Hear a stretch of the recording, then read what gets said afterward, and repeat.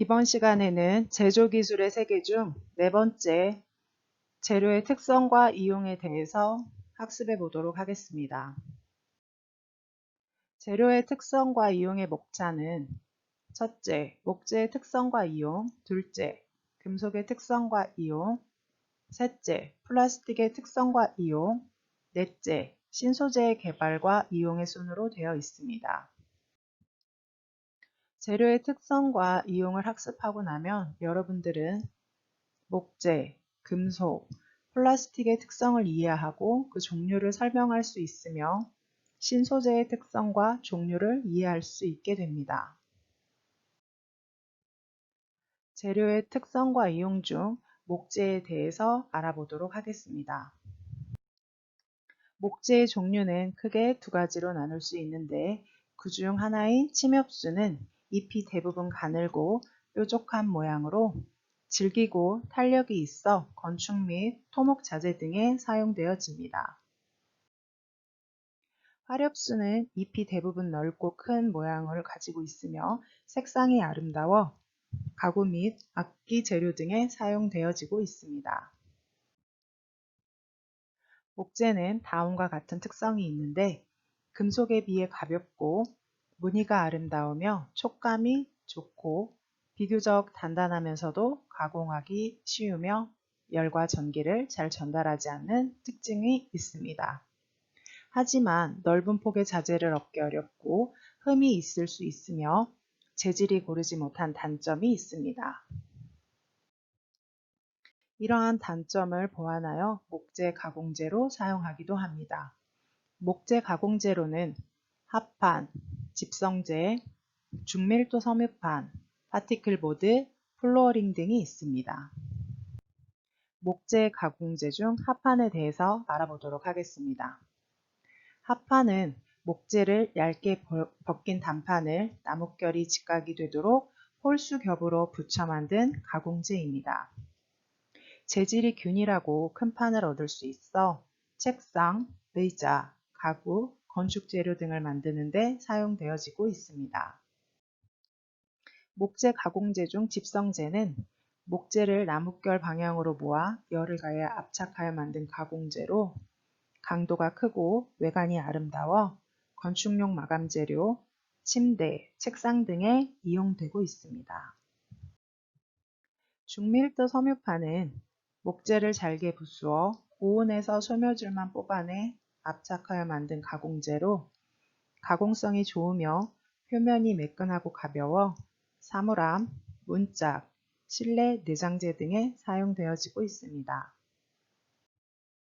목재 가공재 중 파티클 보드는 목재를 사용하고 남은 조각을 잘게 부수어 접착제를 뿌리고 가열, 압착하여 만든 가공재로 소리를 흡수하는 성질이 있고 가공하기 쉬워 칸막이, 가구, 악기 등을 제작하는 데 사용합니다.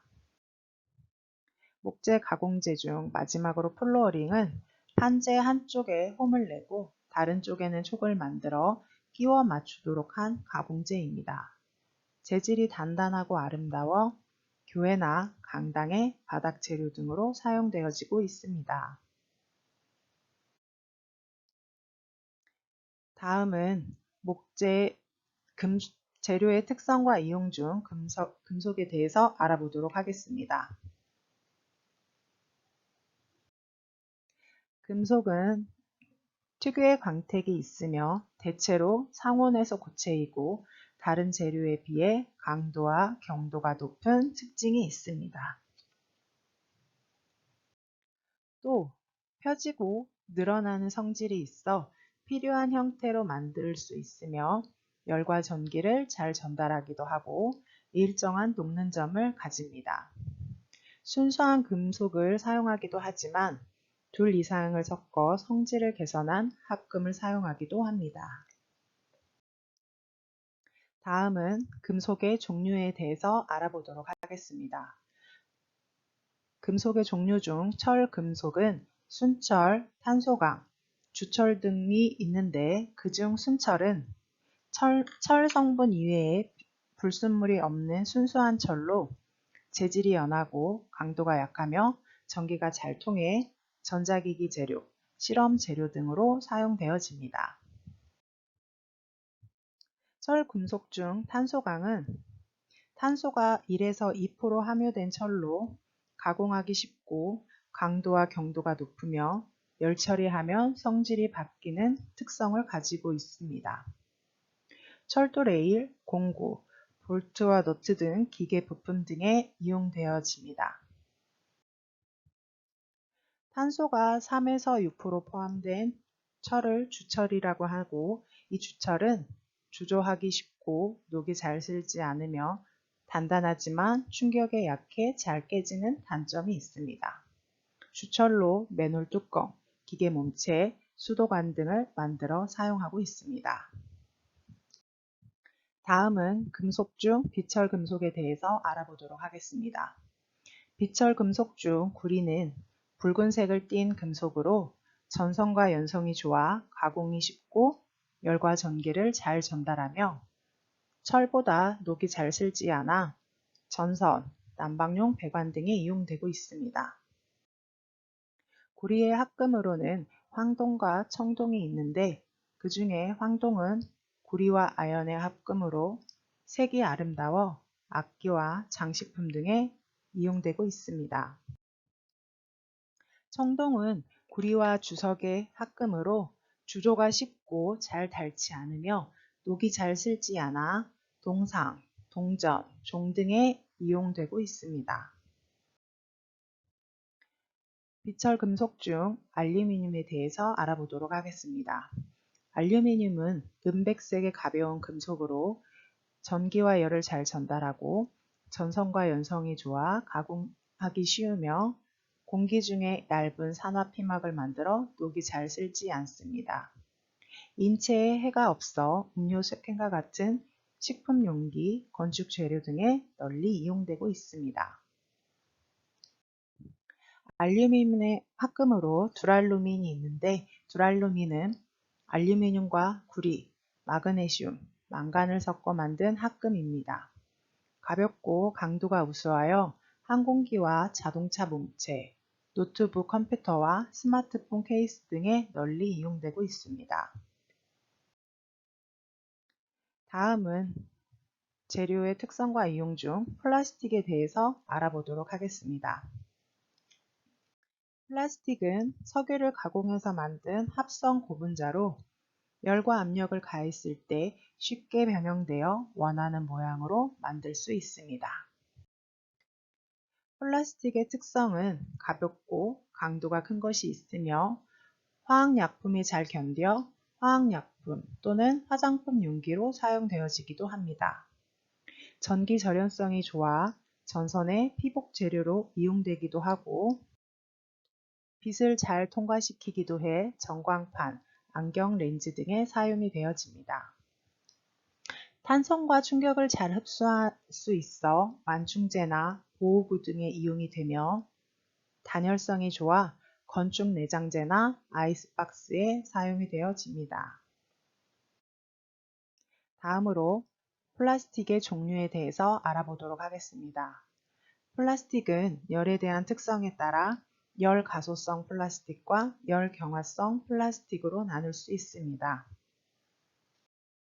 열 가소성 플라스틱은 열을 가하면 부드러워져 모양을 쉽게 바꿀 수 있는 플라스틱으로 다시 열을 가하여 다른 모양의 제품을 만들 수 있습니다. 열 가소성 플라스틱의 종류로는 강도가 우수하고 약품에 잘 견디는 폴리어마 비닐이 있는데 폴리어마 비닐은 전선 피복, 약품, 탱크 등에 사용이 되어집니다.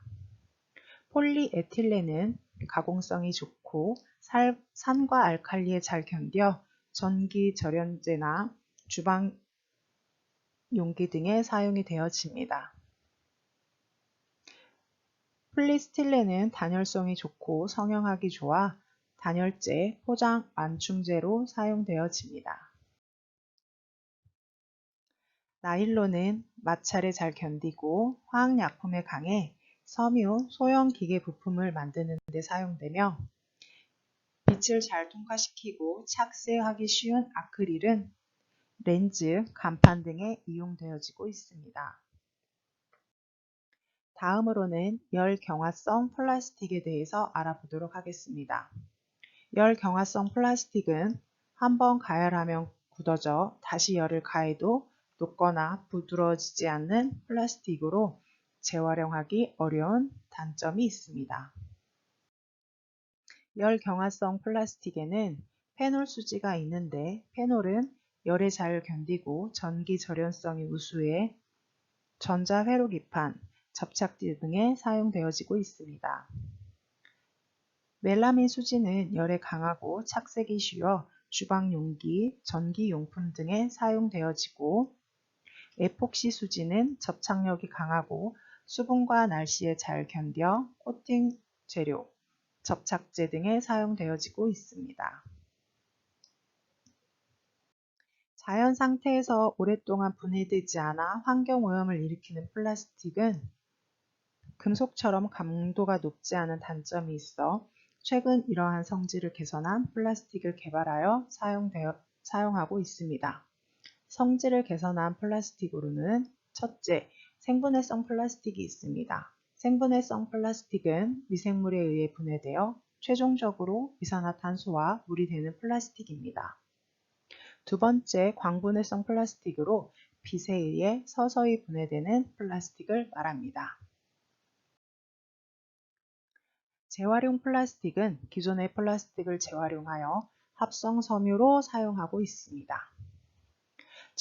전도성 플라스틱은 플라스틱 본래의 특성을 유지한 채 전기를 통하게 만든 플라스틱을 말하고, 탄소 섬유 강화 플라스틱은 플라스틱에 탄소 섬유를 넣어 가벼우면서도 금속처럼 강도가 높은 플라스틱을 말합니다.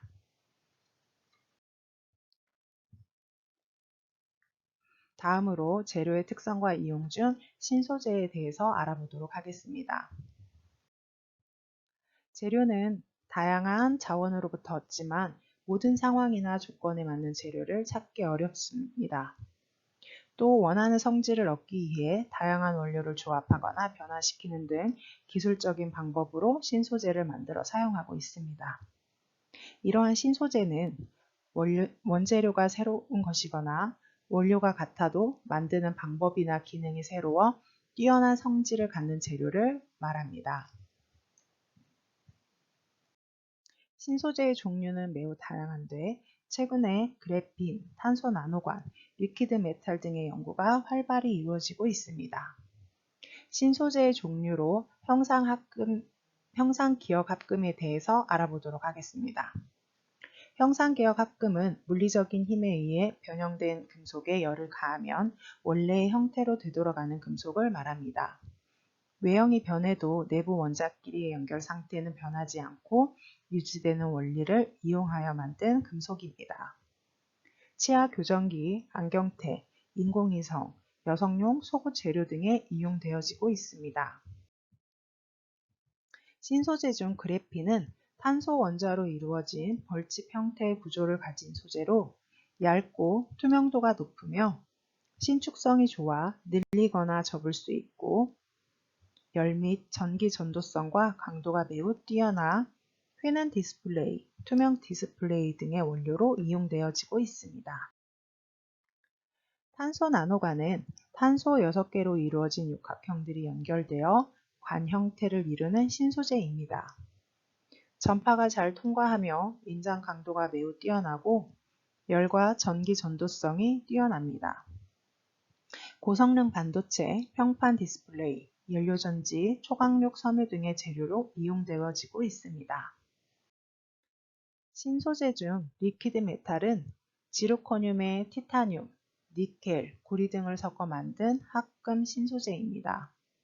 철보다 가볍고 강도와 탄성이 매우 뛰어나며 부식되지 않고 플라스틱처럼 자유로운 형태로 성형 가능하며 전파가 잘 통해 산업용 코팅, 의료용품, 스포츠용품, 전자제품 케이스 등의 재료로 이용되어지고 있습니다. 이것으로 재료의 특성과 이용에 대해서 마치고 다음 시간에는 제조기술 문제의 창의적 해결에 대해서 알아보도록 하겠습니다.